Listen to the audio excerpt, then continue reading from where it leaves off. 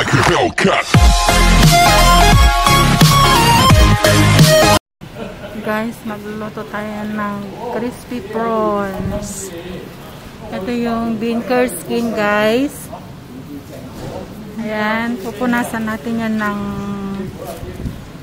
damp cloth para maalis yung ibang alat.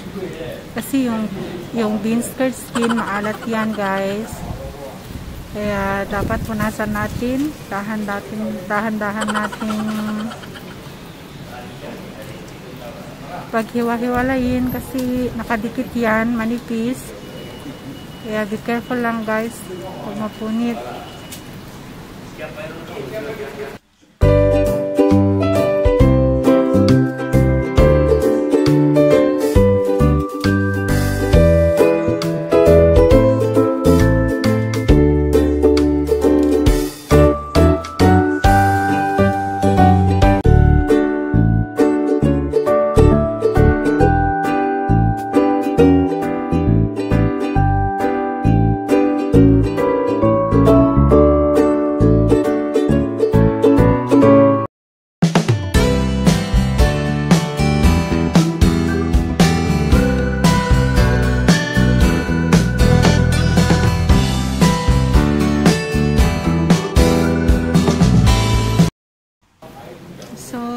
Guys, i-divide natin yung prawns, alisin natin yung ugat sa likod niya kasi andun daw yung kinain niya, yung dirt, para maalis.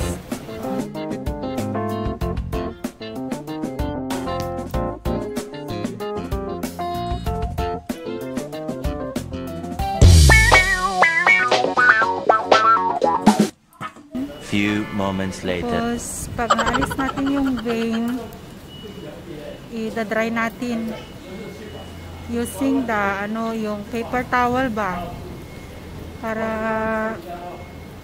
maalis yung excess na tubig. Ayan. One eternity later.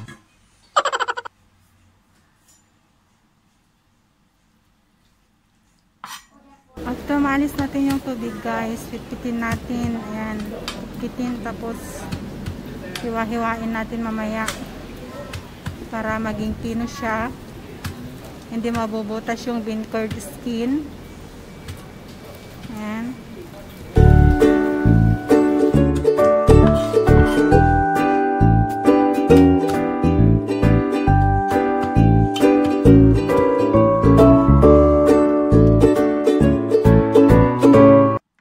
Satarin natin ng pino, yung hindi masyadong pino, guys, para malasahan din natin mamaya yung yung shrimp, yung prawn. Ayan.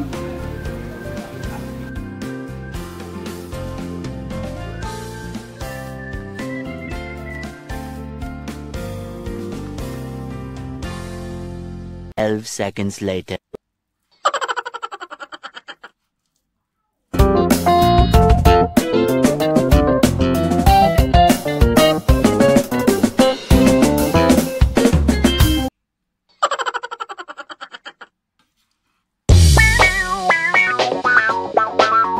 Tapos na. So, andito na yung ibang ingredients natin na ihahalo. Yung egg white, gagamitin natin yan pang seal sa gilid-gilid mamaya. Ayan, carrots, saka parsley. Tatarin din natin ng pinong-pino. A long, angry line later.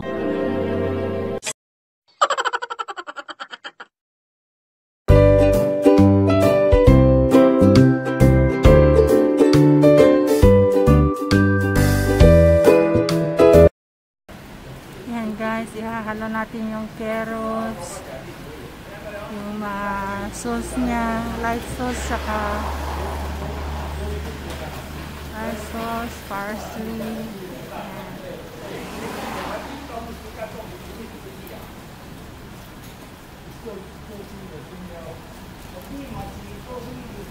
Tapos haluin natin guys. 72 hours later.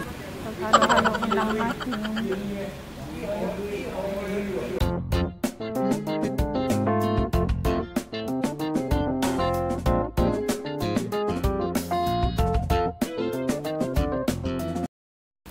Hello guys.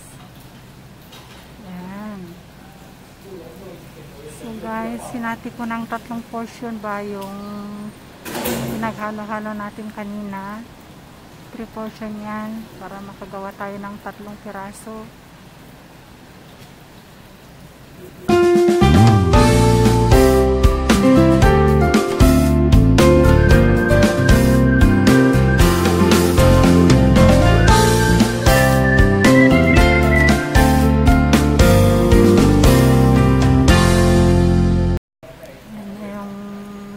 Skin natin, gawin lang natin manipis guys para maluto din sa loob niyan pag prito na natin. Yan.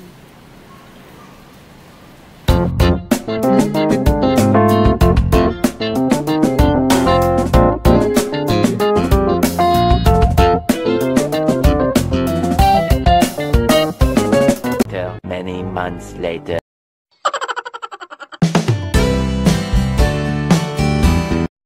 Gawin lang natin manipis guys. Yan. Pipitin natin.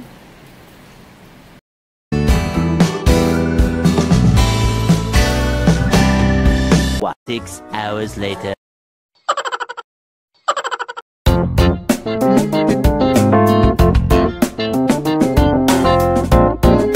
Few minutes later.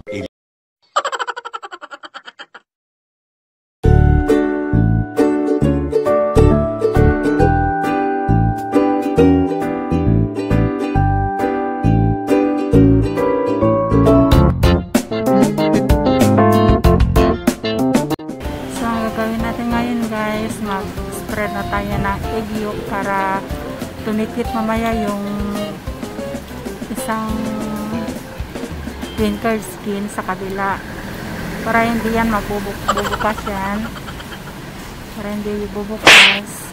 Ano ba yung Tagalog ko? Ilocano ito guys, kaya parang ang hirap mag-Tagalog ba. Ayan, lagyan na natin yung wrinkled skin. Pasil na yan. Tapos ipa-flatten natin guys. Kuha tayo ng flat din na ano para pang pit-pit. Pit natin para maganda yung pagkaluto mamaya, hindi bubukas yan. Ayan. Ayan. Ayan. Ayan. Okay, pangalawa na yan guys. Ayan, pangalawa. Tapos mamaya guys, pag nagawa na natin yan, ipipit natin, ikakat natin yung edge, yung circle para mas magandang tignan. Ayan. Very boring minutes later. Lot of boring math later.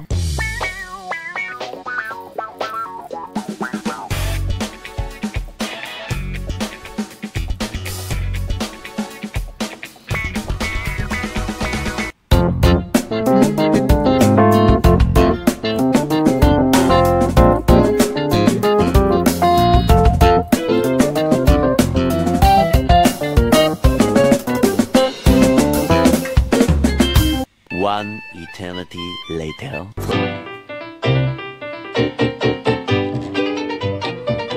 3 days later. 12 seconds later.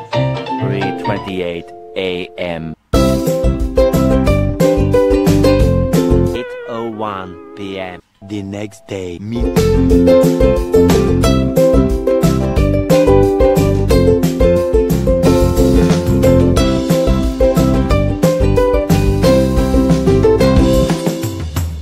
And 46 minutes later. Much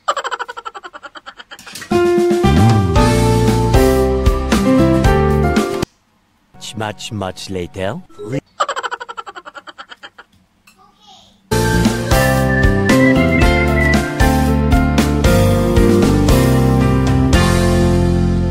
days later.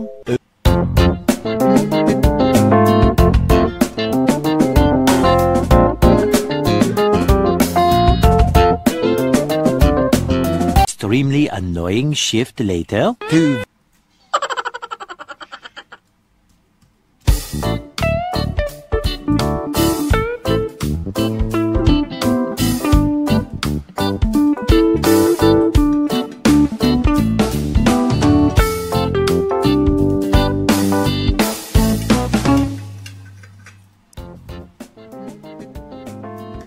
Guys, gugupitin natin yung gilid-gilid para maging circle siya. Ayan. Kasi pag hindi natin alisin yan, masusunog yung gilid-gilid niya. Ayan guys. So, sakto lang sa wok natin. Sa palayok. Ipiprito natin. 24 hours later.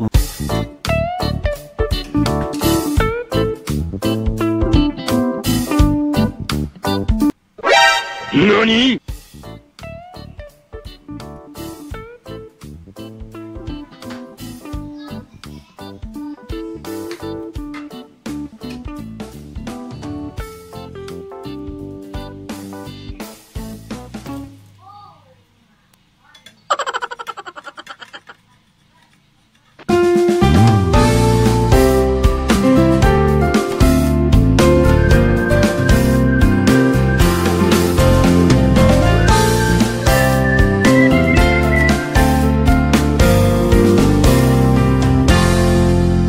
...72 hours later.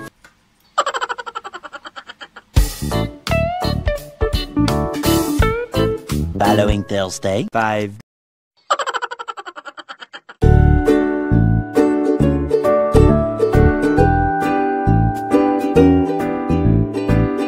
The next day, late.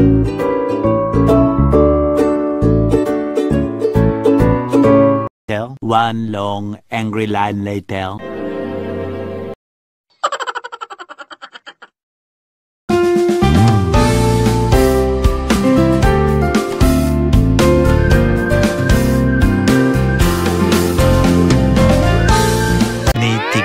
Later, flashback, end of flashback. 2,000 years later.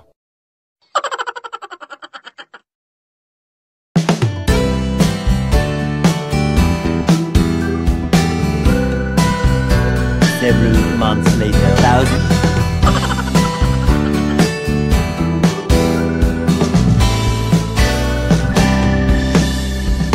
Hours later.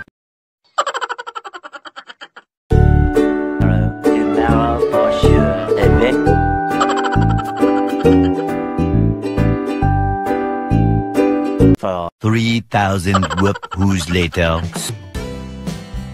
Today, many hours later, 75 years later. 4 to 6 weeks later.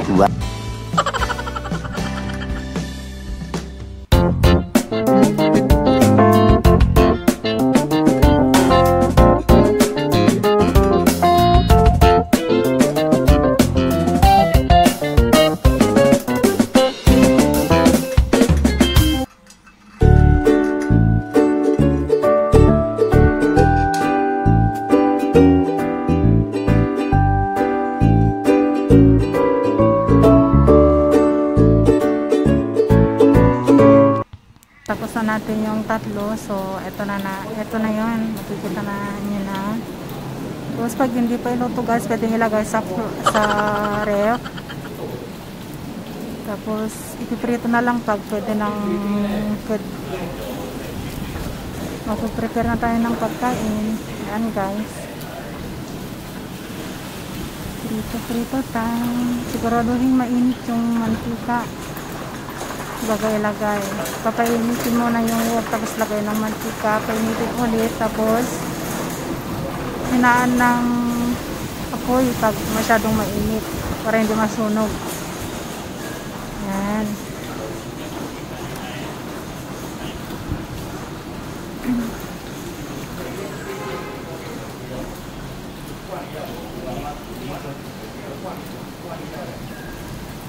Nagustuhan yung naamo ko yan kasi first time kong magluto ng ganyan. Gusto nila. Nagustuhan nila. Ayan. So, malapit na tayo guys. So, ito na yung finished product natin. Oh, yeah. Like a Hellcat.